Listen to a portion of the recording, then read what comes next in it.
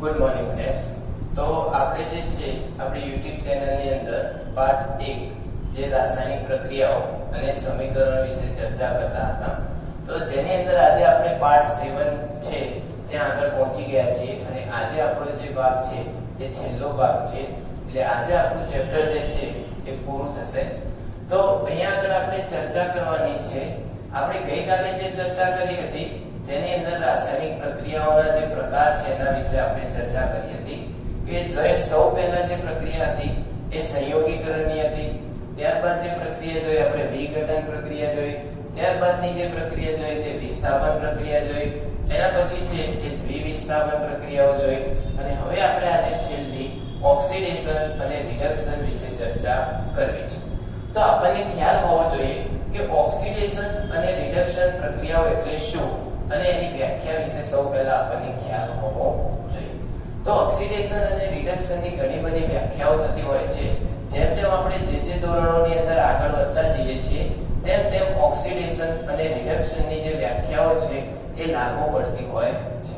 તો અહીંયા આગળ આપણે જો ઓક્સિડેશનની વાત કરવી હોય તો ઓક્સિડેશનની પ્રક્રિયા જે છે એ ઓક્સિડેશનની પ્રક્રિયા આપણે કોને કહીશું? તો ઓક્સિડેશન છે એ ઓક્સિડેશન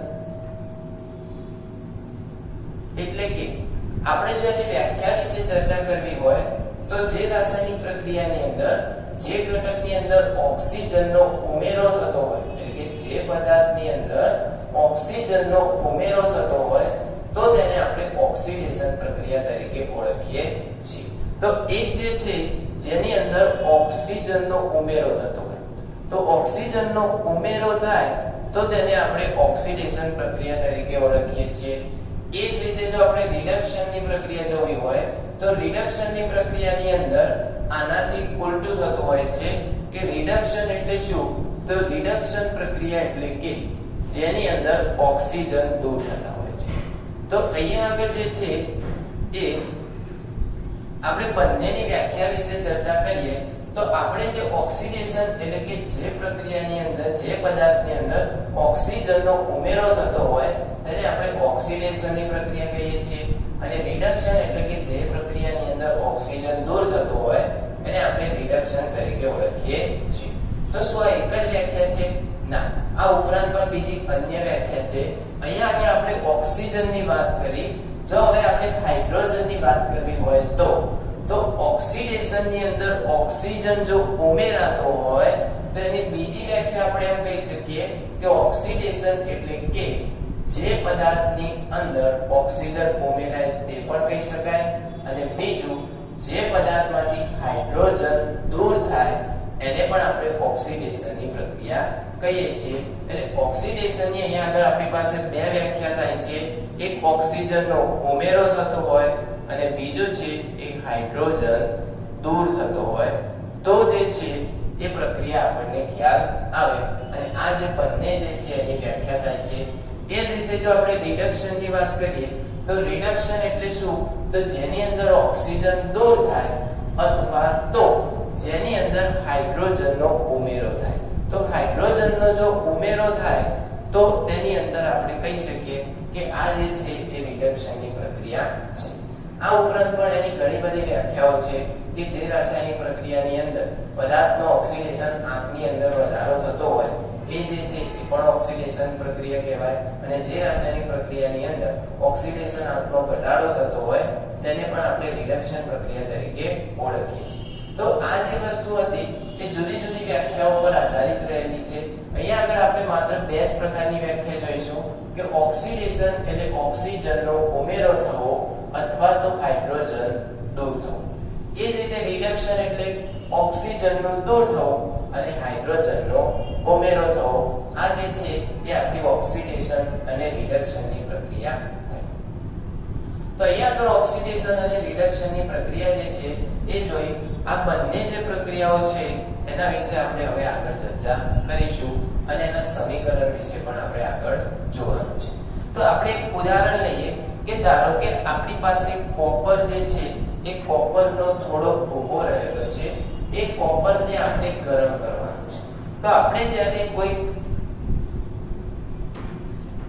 પાત્ર હોય એ જે પાત્ર છે, આ જે ડીશ છે જેને આપણે ચાઇના ડીશ તરીકે ઓળખીએ છીએ, જે ખૂબ જ તાપમાને ગરમ થતી હોય છે, અને એની અંદર જો આપણે કોપર ધાતુના ટુકડા નાખીએ છીએ અથવા તો કોપર ધાતુ છે, એ કોપર ધાતુનો પાવડર જે છે એ આપણે ઉમેરવાનો છે.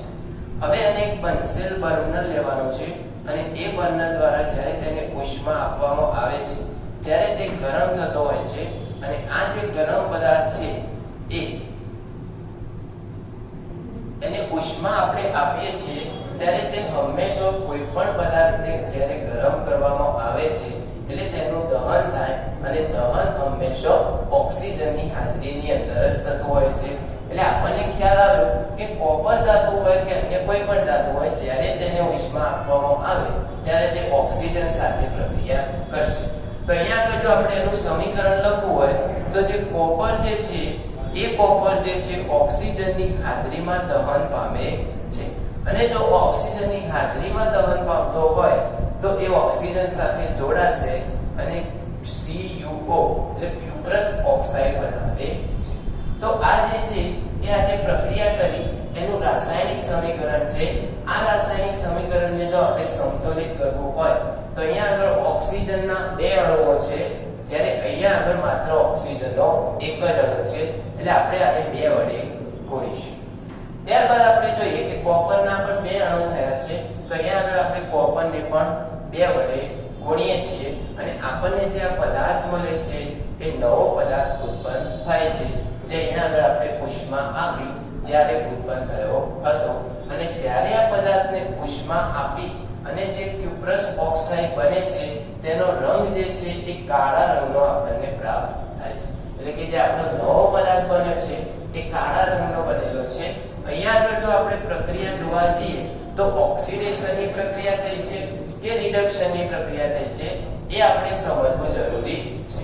તો ઓક્સિડેશનની પ્રક્રિયા છે કે રિડક્શનની પ્રક્રિયા એ જોઈએ તો આપણી પાસે જે હતો એ કોપરનો અણુ હતો, અને એ કોપરનો અણુ જ્યારે આગળ જાય છે એટલે આ જે આગળ જઈ અને જે નિપજ પ્રાપ્ત થતી હોય છે એ કોપરના અણુ સાથે ઓક્સિજન ન હતો, જ્યારે આપણે આ તરફ આવીએ છીએ ત્યારે એની અંદર ઓક્સિજન જોવા મળે છે. તો આના આધારે આપણે કહી શકીએ કે અહીંયા આગળ ઓક્સિજનનો ઉમેરો થયો છે, અને ઓક્સિજનનો ઉમેરો થાય એને આપણે ઓક્સિડેશન પ્રક્રિયા તરીકે ઓળખીએ છીએ. એ જ રીતે આપણે જે આગળ એક બીજું ઉદાહરણ જોયું હતું, જેની અંદર પણ આપણે આ પેન્સિલ બર્નરની અંદર કોઈ એક પદાર્થને સળગાવતા હતા, અને જે આપણી પ્રવૃત્તિ હતી સૌથી પહેલી પ્રવૃત્તિ જેની અંદર આપણે મેગ્નેશિયમની પટ્ટીનું દહન કરાવતા હતા. તો જ્યારે મેગ્નેશિયમની પટ્ટી જે છે એને આપણે દહન કરાવતા હતા, અને કોઈ બી વસ્તુને દહન કરાવીએ ત્યારે ઓક્સિજનની જરૂર પડે છે, અને આપણને ખ્યાલ છે કે મેગ્નેશિયમની પટ્ટી છે ઓક્સિજન સાથે પ્રક્રિયા કરી અને MgO બનાવતી હતી. અહીંયા આગળ આપણે જો સમીકરણ સંતુલિત કરવું હોય તો આપણે આ રીતે સમીકરણને સંતુલિત કરી શકીએ છીએ. આ ઉપરાંત પણ આપણે બીજા અન્ય ઉદાહરણો લેવા હોય તો એ ઉદાહરણ આપણે લઈ શકીએ છીએ. ધારો કે આપણી પાસે મેંગેનીઝ ડાયોક્સાઇડ MnO2 છે, જેની આપણે હાઇડ્રોક્લોરિક એસિડ સાથે પ્રક્રિયા કરાવી. તો અહીંયા આગળ જે પ્રક્રિયા થાય છે અને પ્રક્રિયા કરી અને જે આપણને નિપજ પ્રાપ્ત થાય છે જેની અંદર MnCl2 H2O ક્લોરીન વાયુ છૂટો પડે છે. હવે જો આપણે આ રાસાયણિક પ્રક્રિયાને સંતુલિત કરવી હોય તો આ રાસાયણિક પ્રક્રિયાને જ્યારે આપણે સંતુલિત કરીએ તો અહીંયા આગળ જે ક્લોરીન છે માત્ર એક જ છે, જ્યારે ડાબી તરફ જે છે ક્લોરીન એક જ છે, અને જમણી તરફ આપણે જોઈએ તો ક્લોરીનના 2 અને 2 4 અણુઓ રહેલા છે. તો ક્લોરીનને આપણે 4 અણુ કરવા માટે એને 4 વડે આપણે ગુણીએ છીએ, એટલા માટે અહીંયા ક્લોરીન જે છે 4 થાય છે, સાથે સાથે હાઇડ્રોજનના અણુ પણ 4 જોવા મળે છે. અને અહીંયા આગળ આપણે જોઈએ તો હાઇડ્રોજનના 2 અણુ છે, એટલે આપણે એને 2 વડે ગુણીશું. તો હાઇડ્રોજનના 4 અણુ, અહીંયા પણ હાઇડ્રોજનના 4 અણુ, ક્લોરીનના 4 અણુ, અહીંયા પણ ક્લોરીનના 4 અણુ આપણને પ્રાપ્ત થયેલા છે. ઓક્સિજન છે 2 છે, તો અહીંયા ઓક્સિજન 2 છે, અને Mn જે છે 1 છે, તો અહીંયા આગળ Mn જે છે એ આપણને 1 પ્રાપ્ત થાય છે. તો આ જે પ્રક્રિયાઓ હતી, આ જે બધી જ પ્રક્રિયાઓની અંદર આપણે ચર્ચા કરીએ તો ઉપરની જે બે પ્રક્રિયાઓ છે એની અંદર આ પદાર્થની અંદર જ્યારે તે એરોની બીજી બાજુ આવે છે ત્યારે એની અંદર ઓક્સિજન ઉમેરાય છે. આ જે પ્રક્રિયા છે એની અંદર ઓક્સિજન ઉમેરાય છે. જ્યારે આ જે પ્રક્રિયા છે એની અંદર આ Mn જે છે એની સાથે ઓક્સિજન રહેલો છે અને જ્યારે આ Mn ક્રોસ કરી અને બીજી તરફ આવે છે એટલે અહીંયા આગળ એની પાસેથી ઓક્સિજન છે એ દૂર થઈ જાય છે અને જો ઓક્સિજન દૂર થાય તો આ જે આપણી પ્રક્રિયા છે એ પ્રક્રિયાને આપણે રિડક્શન પ્રક્રિયા તરીકે ઓળખીએ છીએ. તો આ જે હતા એ ઓક્સિડેશન અને રિડક્શનના કેટલાક ઉદાહરણો હતા.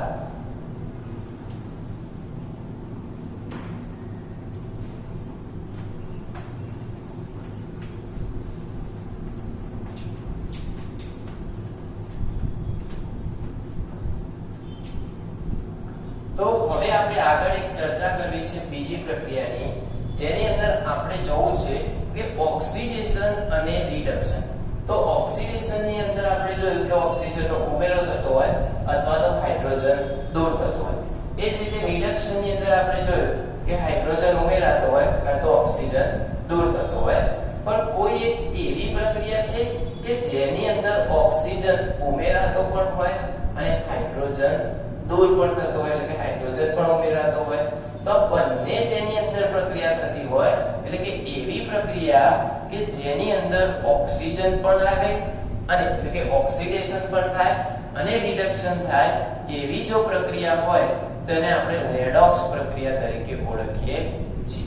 તો રેડોક્સ પ્રક્રિયાનું આપણે કોઈ એક ઉદાહરણ લેવું હોય તો એ ઉદાહરણ આપણે કઈ રીતે લઈએ, જેની અંદર આપણે જોઈએ તો આપણે જે છે કોપરને ધાતુને ઓક્સિજનની અંદર આપણે જ્યારે દહન કરાવ્યું હતું ત્યારે જે છે એ CuO એટલે કે કોપર જે છે ક્યુપ્રસ ઓક્સાઇડ પ્રાપ્ત થતો હતો. આ જો CuO છે એમાંથી ફરી પાછો આપણે કોપર પ્રાપ્ત કરવો હોય તો એની ઉપરથી હાઇડ્રોજન વાયુ આપણે પસાર કરવાનો છે. એટલે કે જે આપણું પાત્ર હતું એ પાત્રની અંદર જે પદાર્થ હતો એની અંદર આપણે અહીંયાથી હાઇડ્રોજન વાયુ ઉમેરીએ ત્યારે આગળ જે છે એ કઈ પ્રક્રિયા થાય છે એ આપણે જોવાની છે. તો જે CuO એટલે કે ક્યુપ્રસ ઓક્સાઇડ જે છે એ આપણને પ્રાપ્ત થયો અને આ ક્યુપ્રસ ઓક્સાઇડની અંદર હાઇડ્રોજન વાયુ જ્યારે આપણે પસાર કરીએ છીએ તો આ હાઇડ્રોજન વાયુ પસાર કરવાના કારણે અહીંયા આગળ કોપર જે છે એ કોપરની અંદરથી ઓક્સિજન દૂર થાય છે અને પાણીનો અણુ આપણને પ્રાપ્ત થાય છે અને પાણીના અણુનું બાષ્પીભવન થતું જોવા મળે છે. તો હવે આપણે આ રાસાયણિક પ્રક્રિયા છે એ રાસાયણિક પ્રક્રિયાની અંદર નક્કી કરવું છે કે આ જે પ્રક્રિયા છે એ ઓક્સિડેશનની પ્રક્રિયા છે કે રિડક્શનની પ્રક્રિયા છે. તો અહીંયા આગળ આપણે ખ્યાલ મેળવીએ તો આપણે જોઈશું કે જે આ કોપર ઓક્સાઇડ છે એટલે કે ક્યુપ્રસ ઓક્સાઇડ છે એ બીજી તરફ આપણે કોપર જોડે જઈએ તો જ્યારે શરૂઆતની અંદર જે પ્રક્રિયકની અંદર આપણે જે પ્રક્રિયક લીધો છે એની સાથે ઓક્સિજન છે. જ્યારે આપણે એરોની બીજી તરફ આવીએ છીએ એટલે આ જે કોપર પદાર્થ છે એની સાથે ઓક્સિજન રહેલો નથી, એટલે આ તરફ ઓક્સિજન છે અને અહીંયા આગળ નથી, એટલે ઓક્સિજન ગાયબ થઈ ગયો એટલે કે દૂર થઈ ગયો. અને જો ઓક્સિજન દૂર થાય તો એને આપણે કઈ પ્રક્રિયા કહીએ છીએ, રિડક્શનની પ્રક્રિયા કહીએ છીએ. એટલે આ જે પ્રક્રિયા છે એ રિડક્શનની પ્રક્રિયા છે. તો હવે આપણને કેમ થાય કે આ તો રિડક્શનની પ્રક્રિયા પ્રાપ્ત થઈ ગઈ, પણ હજી આપણે જોવું જરૂરી છે કે કોઈ બીજો પદાર્થ એવો તો નથી ને કે જે ઓક્સિજન મેળવે છે. તો અહીંયા આગળ આપણે જોઈએ કે જે હાઇડ્રોજન છે એ હાઇડ્રોજન જ્યારે એરોની બીજી તરફ જાય છે એટલે આ હાઇડ્રોજન સાથે આપણે ચર્ચા કરીએ તો આ હાઇડ્રોજન અત્યારે હાલ એકલો છે અને જ્યારે તે એરોની આ તરફ આવે છે એટલે એની સાથે ઓક્સિજન જોડાઈ ગયો છે, એટલે ઓક્સિજનનો ઉમેરો થયો છે. અને જો ઓક્સિજનનો ઉમેરો થાય તો એને આપણે ઓક્સિડેશનની પ્રક્રિયા તરીકે ઓળખીએ છીએ. તો આના આધારે આપણે એમ કહી શકીએ કે આ જે રાસાયણિક પ્રક્રિયા છે એ રાસાયણિક પ્રક્રિયાની અંદર રિડક્શન પણ થાય છે અને ઓક્સિડેશન થાય છે. અને જે રાસાયણિક પ્રક્રિયાની અંદર બંને જ પ્રક્રિયાઓ થતી હોય તેવી પ્રક્રિયાને રેડોક્સ પ્રક્રિયા તરીકે આપણે ઓળખીએ છીએ. તો રેડોક્સ પ્રક્રિયા વિશે આપણે આટલું જ જાણવાનું છે. બીજી ચર્ચા છે એ આપણે આગળના ધોરણોની અંદર અભ્યાસ કરવાનો આવે છે. એટલે અહીંયા આગળ આપણે ખ્યાલ એ મેળવવાનો હતો કે ઓક્સિડેશન અને રિડક્શન એટલે શું, તેની વ્યાખ્યા શું થાય છે. વ્યાખ્યાની અંદર આપણે જોયું કે ઓક્સિડેશન હોય તો ઓક્સિજનનો ઉમેરો થાય અથવા તો હાઇડ્રોજન દૂર થાય છે. એ જ રીતે રિડક્શનની અંદર આપણે જોયું કે રિડક્શનની અંદર હાઇડ્રોજનનો ઉમેરો થાય અથવા તો ઓક્સિજન દૂર થાય છે. એ જ રીતે આગળ આપણે રેડોક્સ પ્રક્રિયા જોઈએ તો રેડોક્સ પ્રક્રિયાની અંદર ઓક્સિડેશનની પ્રક્રિયા પણ થાય છે અને રિડક્શનની પ્રક્રિયા થાય છે. આ બંને પ્રક્રિયા થતી હોવાથી તેને આપણે રેડોક્સ પ્રક્રિયા તરીકે ઓળખીએ છીએ. તો આ જે હતી એ આપણી ઓક્સિડેશન અને રિડક્શનના કેટલાક ઉદાહરણો હતા. હવે આપણે આગળ એક નવા ટોપિક વિશે ચર્ચા કરવી છે જેની અંદર આપણને વાત કરેલી છે ક્ષારણ. તો આપણને સૌને ખ્યાલ હશે કે જ્યારે ચોમાસા દરમિયાન વરસાદ જે છે એ આવતો હોય છે એ એસિડ વરસાદ સ્વરૂપે હોય છે પ્રદૂષિત હોવાના કારણે. આ ઉપરાંત જે વરસાદનું પાણી છે એ વરસાદનું પાણી જ્યારે લોખંડની સપાટી ઉપર પહોંચે છે ત્યારે એ લોખંડની સપાટીનું ખવાણ કરે છે અને એ ખવાણ કરીને લોખંડની સપાટી ઉપર કાટ ઉત્પન્ન થાય છે. લાલ તપકીરિયા રંગનો જે કાટ છે એ એની સપાટી ઉપર ઉત્પન્ન થતો હોય છે. તો હવે આપણને એમ થાય કે શું ખાલી લોખંડની સપાટી ઉપર જ કાટ લાગે છે? ના, તો બીજી અન્ય સપાટીઓ ઉપર પણ લાગે છે.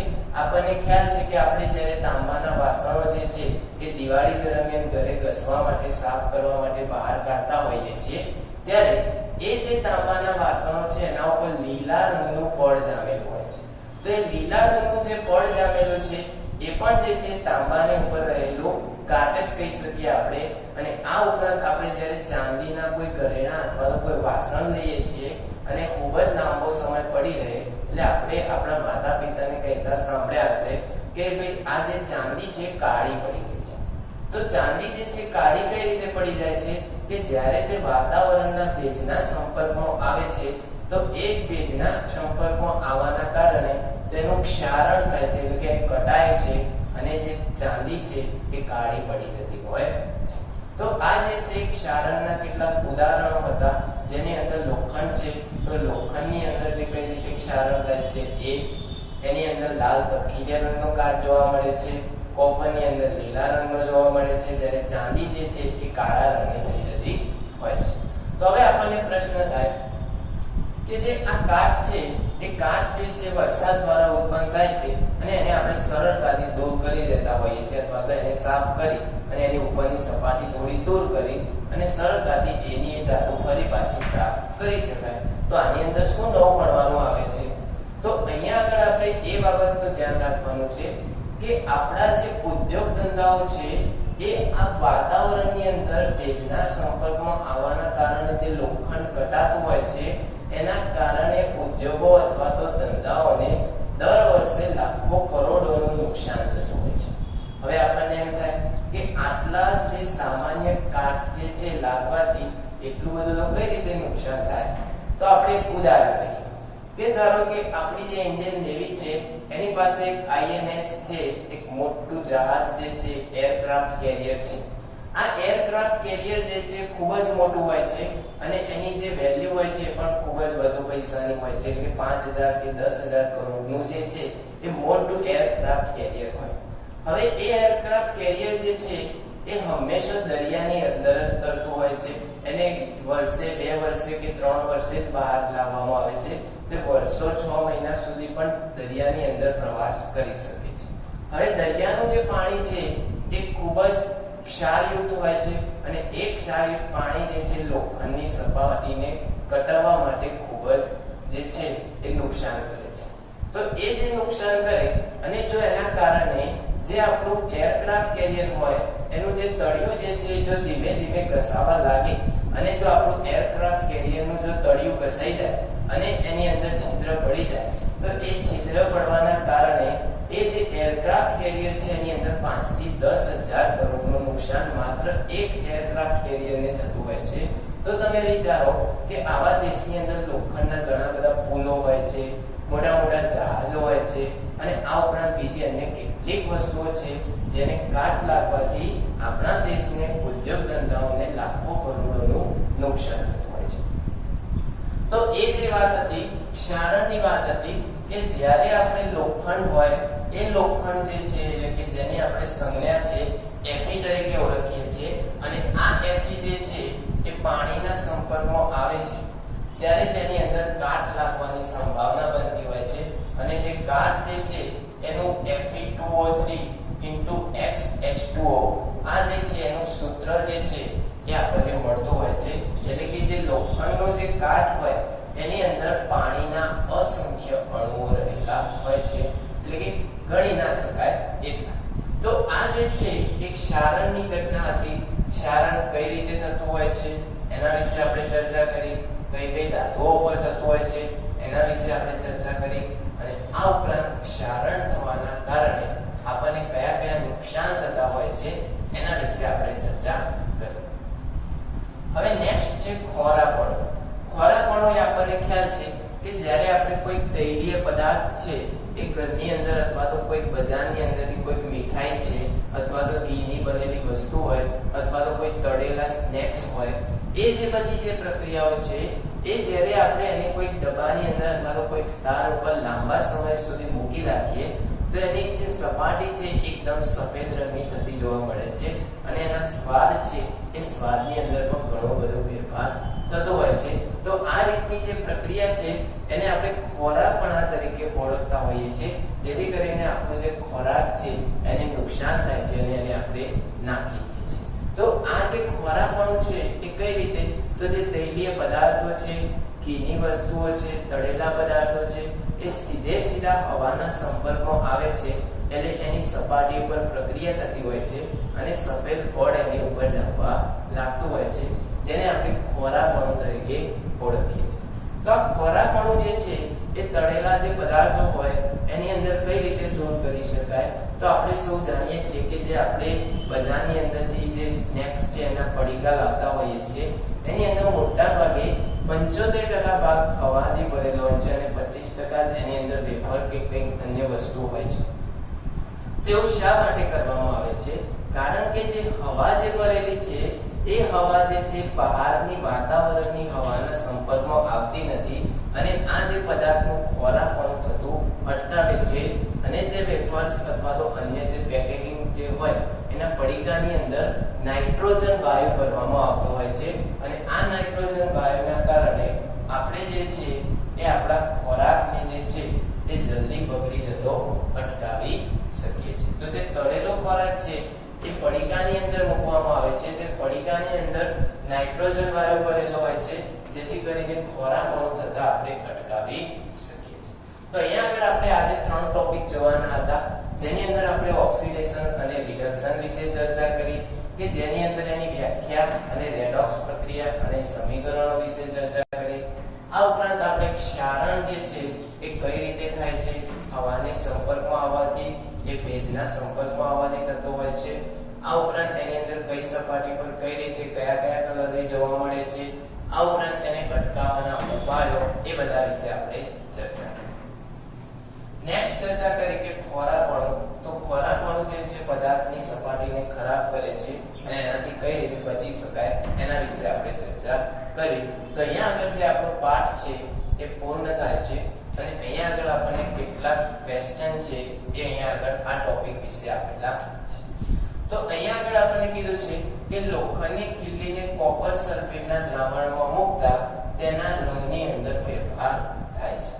તો પહેલો જે પ્રશ્ન છે એના વિશે જો આપણે ચર્ચા કરીએ તો લોખંડની જે ખીલી છે એ લોખંડની ખીલીને આપણે કોપર સલ્ફેટની અંદર મૂકતા હતા જે આપણી વિસ્થાપન પ્રક્રિયાનું એક ઉદાહરણ હતું. તો કોપર સલ્ફેટ છે એ કોપર સલ્ફેટનું દ્રાવણ હતું જે આપણે જાંબલી અથવા તો વાદળી રંગનું દ્રાવણ જોતા. જ્યારે તેની અંદર આપણે લોખંડની ખીલી જે છે એ લોખંડની ખીલી એની અંદર ઉમેરતા હતા એટલે આ જે લોખંડની ખીલી હતી એની સપાટી ઉપર કોપર ધાતુનું પડ જામતું હતું અને એનો જે કલર જે છે એ કોપર ધાતુના જેવો જોવા મળતો હતો.